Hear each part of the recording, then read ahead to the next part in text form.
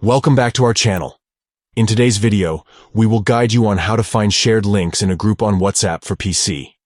If you're part of a group conversation and want to locate a specific link that has been shared, follow these simple steps. Step 1. Open WhatsApp on your PC by double-clicking on the app icon. Step 2. Once WhatsApp is open, navigate to the desired group by clicking on it in your chat list. This will open the group conversation. Step 3. Within the group conversation, click on the group name located at the top of the screen. This will take you to the group information page. Step 4. On the group information page, you will see different tabs.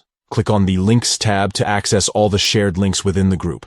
By following these steps, you can easily find and access any shared links within the group on WhatsApp for PC. This feature is particularly useful when you're searching for a specific link shared by a member of the group.